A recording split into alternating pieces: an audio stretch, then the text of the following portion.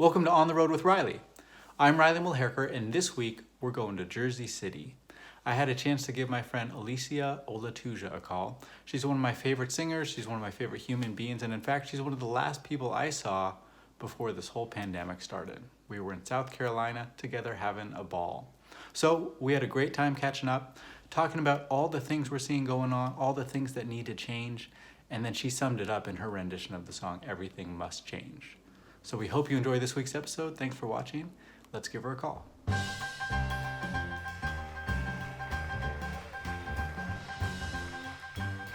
Alicia, Riley! it's so good to see you. It's good to see you too. Really, really good. Really, really good. And I've been looking forward to seeing you of all people because you were one of the last people I saw before COVID hit the world in the way that it did. We were together in South Right. Carolina at the Absolutely. Since then, it's been 3 months or so. We've had coronavirus and lockdown and quarantine, and then we've had the tragedies and the trauma of the murders of George Floyd, Breonna Taylor, Ahmaud Arbery. Now, the list goes on, and then protests now, and now it feels like maybe some sort of hopefully reckoning in this country around white supremacy and just all of our original sin and the way that it continues forward to this day. So just talk to me a little bit about your journey over the past few months. What have you been doing? What are you thinking about as an artist? How are you processing what's going on? Well, I think one of the main things that came to a clear realization is not as if I didn't already know it, but just more so bringing attention to the need of healing is, when these horrible things happen, they tap into generational trauma, that a lot of times we're dealing with or grappling with as African Americans in this country, and also as artists, because artists, in my opinion, especially vocalists, we are like the griots of time and griots of history, modern day griots. We have a responsibility to pass on these messages, whether it's historical messages of recognition of certain things, or messages of hope and inspiration or healing, whatever they are. We are the griots of the times. But we also have to be tapped into the past in order to pull from those sources to share our gifts. And sometimes you want to sever yourself from painful past, painful situations, painful memories, painful historical events. But you really can't, if you're going to tell a story that's going to speak to not only the present day hurt and pain, but the generational trauma that, supremacy, white supremacy, slavery, institutionalized racism that we face, microaggressions, micro racisms, all those things, you have to remain connected to that history. Music to me has never been separate from history. And so whenever we're singing, we're always pulling on a history. Mm-hmm. Whenever we're creating, whenever we're writing, whenever we're playing our instrument, we are pulling on something that happened before us. Mm-hmm. But it's so important in the midst of that to say, yes, this did happen, and I absorbed all of these things, and I absorbed all these informations, and I absorbed all these truths, and now I'm going to squeeze myself out creatively, and this is the new sound of all those collective experiences, of all those different lineages coming together. And so that's something I've always really found inspires me as an artist.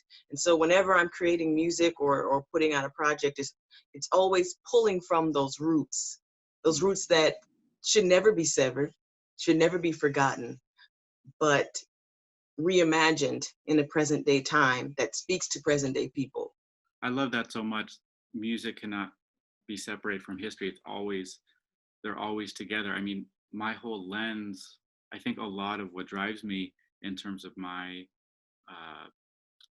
whatever my politics or activism or action is in the current moment comes from a knowledge of this country's history and the lens which I learned about the history of this country and the history of race in this country is through jazz. And so I feel so grateful that I think the lens of music, it gives you such a panoramic, such a 360-degree sense of history, that what you're saying totally resonates with me in that sense. Yeah. And it's also important that whatever resonates with us is what we then place forward to resonate with other people.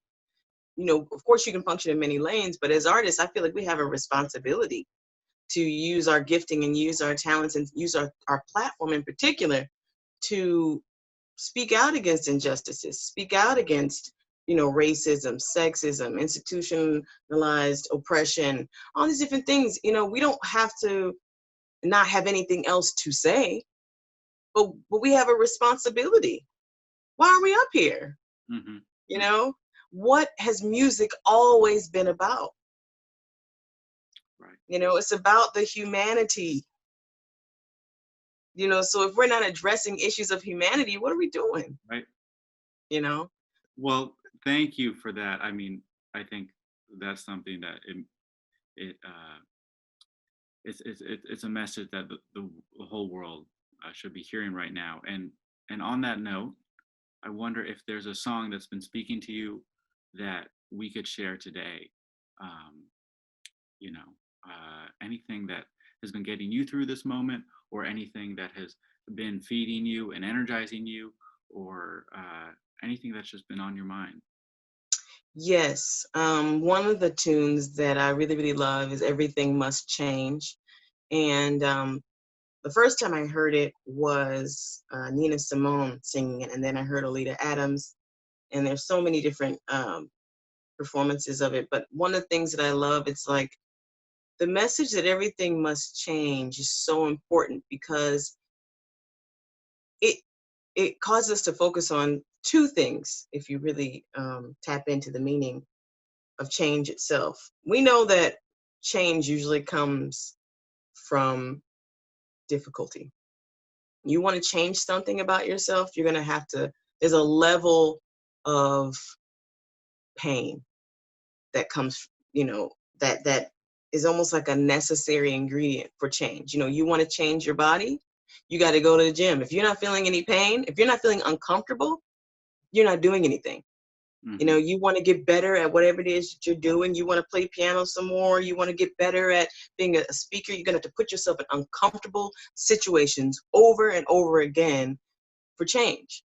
So it's important to understand what change is. People say they want change. People don't want to be uncomfortable. You can't have it that way. Right. Mm-hmm. And also, it's important to remember when you're in beautiful seasons of your life, to enjoy every single moment and make the most of those moments, those beautiful moments, because they too will change. And so that's something that I've had to remember, sing to myself as self-comfort, as that self-filling up, as we were talking about earlier, to remember those things. And they're so important. And this is pretty much the only mentality that I feel will get me through this season in a productive way. Thank you. So, live from Jersey City, Everything Must Change. And I wonder, do we have anyone who could help us out on this tune a little bit? Yes, I have with me my brother from another mother, David Rosenthal. We've been playing together for years and years and gone through so many things together and had so many great experiences. And so, you know, I can't imagine presenting any message of hope and transformation without my right-hand man, Beautiful. David Rosenthal. Thank you. Well, thank you, Alicia. And Everything Must Change, live from Jersey City.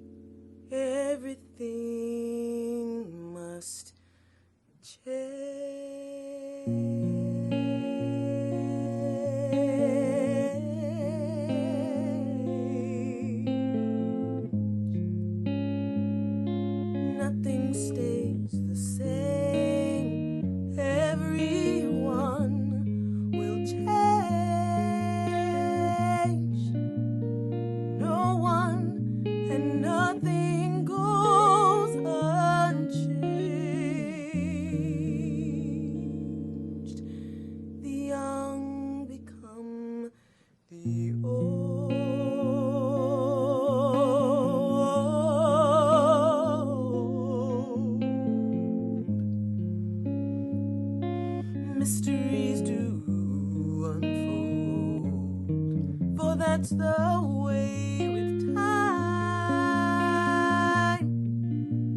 No one and nothing goes unchanged. There are not many things in life we can be sure of.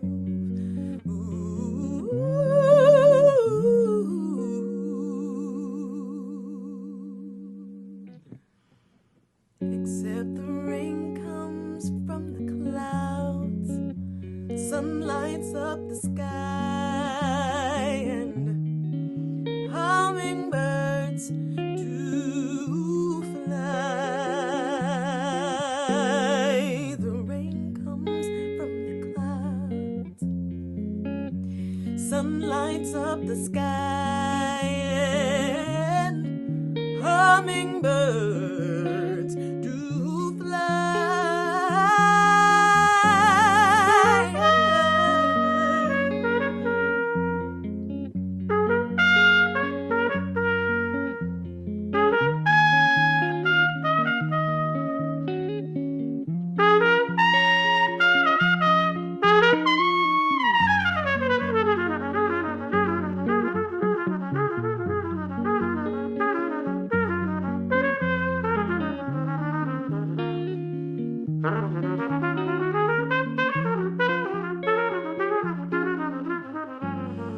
The rain comes from the clouds, and sun lights up the sky, and hummingbirds do fly.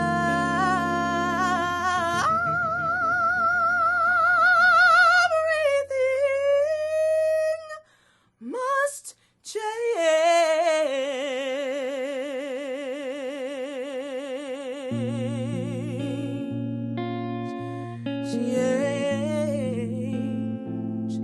Nothing stays the same.